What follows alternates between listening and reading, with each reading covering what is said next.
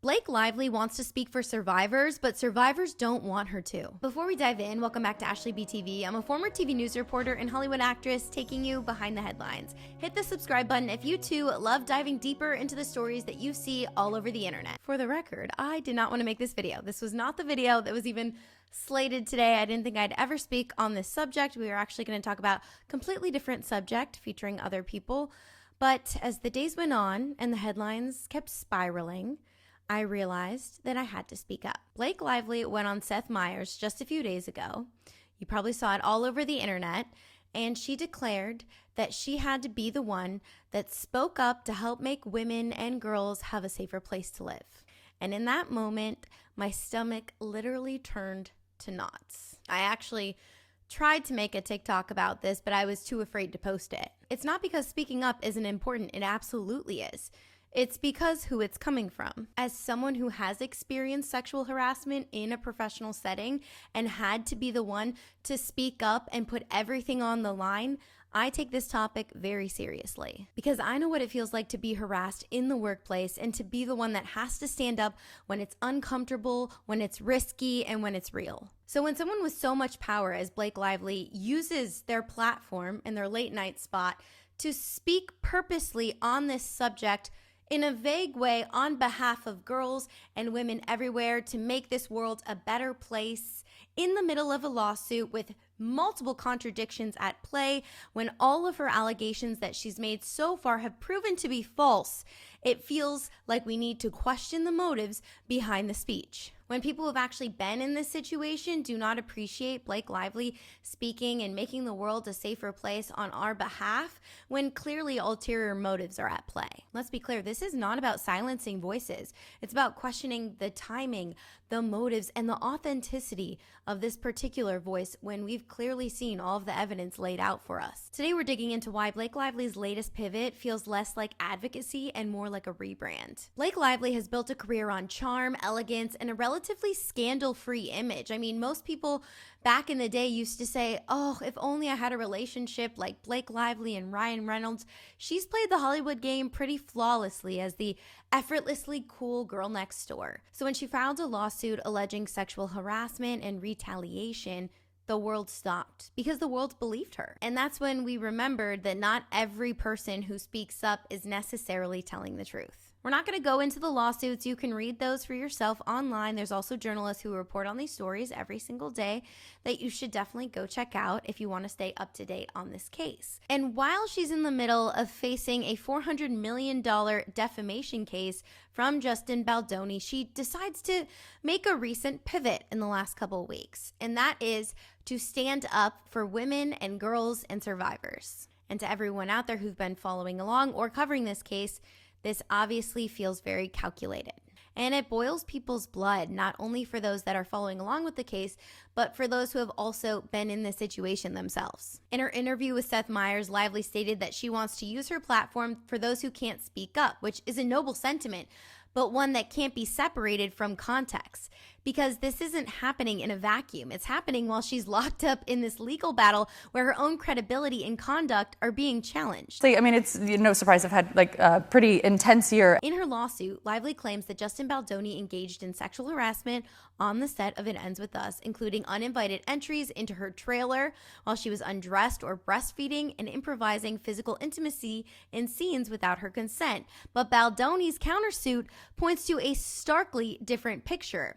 He alleges and has evidence that shows that Lively invited him into her trailer, initiated certain interactions, and later made aggressive demands about the script, casting, and marketing. According to his filing, she allegedly threatened to withhold her participation in the film, including refusing to promote it unless her conditions were met. I'm maybe not as totally informed about it as other people. But I'm thrilled you're not doing Weekend Update right now because you would be quite informed. So it's good, yeah. But were I to ask you about it, I imagine you're in a situation where you can't say much. Yeah, I mean, what I can say without going too into it is that this year has been full of the highest highs and the lowest lows of my life. And I see so many women around afraid to speak, especially right now, afraid to share their experiences. And fear is by design. It's what keeps us silent. Now, some people in support of Lively will say that Justin Baldoni was the director on set, so therefore he held all the power. And let me just tell you, as someone who's worked in Hollywood for over a decade, that when an A-lister is on the set of an indie type of film production, which it was only about a $25 million budget, they are the ones in charge. They are the ones that are behind the scenes pushing buttons and calling the shots no matter who the director is. And believe me, I've seen it. I've been on sets like that.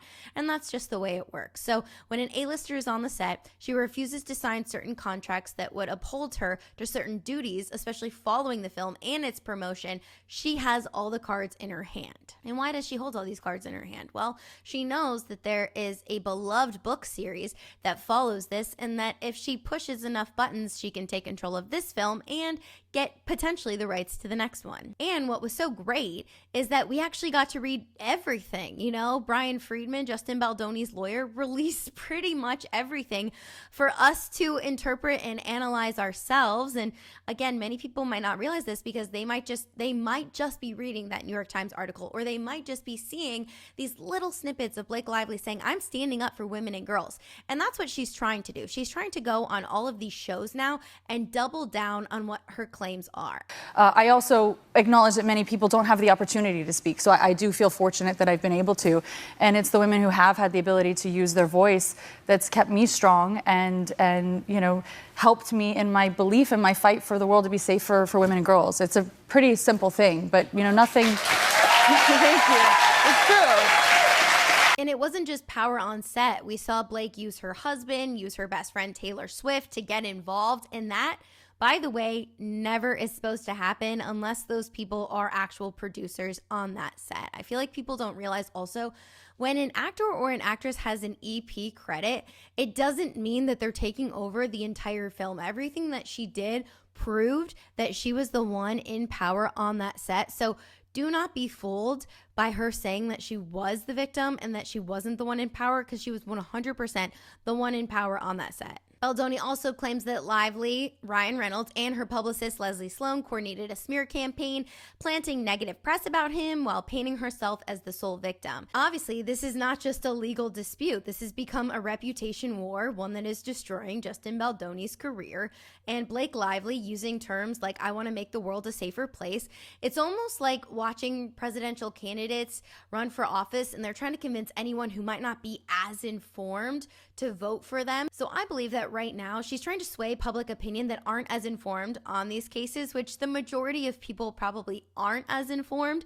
And they're seeing Blake Lively go on these shows saying, oh my God, she was hurt. She's trying to make the world a safer place. Team Blake. But really, it's just a huge reputation war and a manipulative PR tactic that's grossing everyone out who really knows the truth behind the scenes. And obviously, none of us know the full truth, so all we can point to is evidence that both sides are presenting. Baldoni claims this wasn't just a creative dispute, it was coercion paired with a carefully curated media narrative designed to silence him before his side could even be heard. And now we're seeing it strategically get personal, and we're seeing the guns come out with her making all of these public appearances and claims as if, of course, everyone should be believing me. When someone like Blake Lively comes out in the middle of this legal controversy, it doesn't just muddy the waters, but it risks contaminating them. There are people watching this unfold who, like myself, have experienced workplace harassment and don't have the luxury of a talk show couch to share their stories. When high-profile figures co-opt the survivor narrative in the middle of lawsuit and power plays, it can really discourage real victims from coming forward. Why? Because they see that this language, this lived reality, can be used strategically, not truthfully. Survivor advocacy must be rooted in truth, consistency, and integrity, not deployed when the public turns on you. I know what some people might say. They might say, you're victim blaming, and it's not true. We're actually accountability checking. Because protecting survivors means protecting the legitimacy of their stories, and that requires examining all sides when someone with immense media power enters that space. And some might say you're just taking Baldoni's side. And the truth is, I'm not. I'm acknowledging that both sides have made serious allegations, and it's fair, even necessary, to hold both up to scrutiny, especially when one is leveraging the language of advocacy. Some may argue that this discourages women from coming forward, and I would say the exact opposite is true. Real survivor support means making sure those stories aren't drowned out by celebrity narratives designed to distract from lawsuits, reputational damage, or career fallout. Blake Lively wants to speak for survivors, but survivors don't want her to, especially not now, not like this. Because true advocacy isn't something you switch on when it's convenient or use as a defensive tactic. It's not a line you rehearse on a press tour. It's a long-term, consistent commitment, and one that should never be used to dodge accountability. So while we wait for the court to sort out the truth behind those lawsuits, let's not lose sight of who advocacy is really for. Not the celebrities, not the headlines, but the people whose voices have been ignored for far too long, whose stories don't come with a powerful PR team or a studio contract or a spot on Seth Meyers. Thanks so much for allowing me to be vulnerable in today's video. If you like diving deeper into stories, please go ahead and hit that subscribe button and join the fam. We are really trying to make a difference here on the internet and bring the consciousness back into the culture and the collective. In the meantime, if you want to hear more about how creators are covering this case, I highly suggest you watching this video next, and I will see you in the next video, guys. Thanks so much. Bye. Show me life, show me love. Make a change, time is up.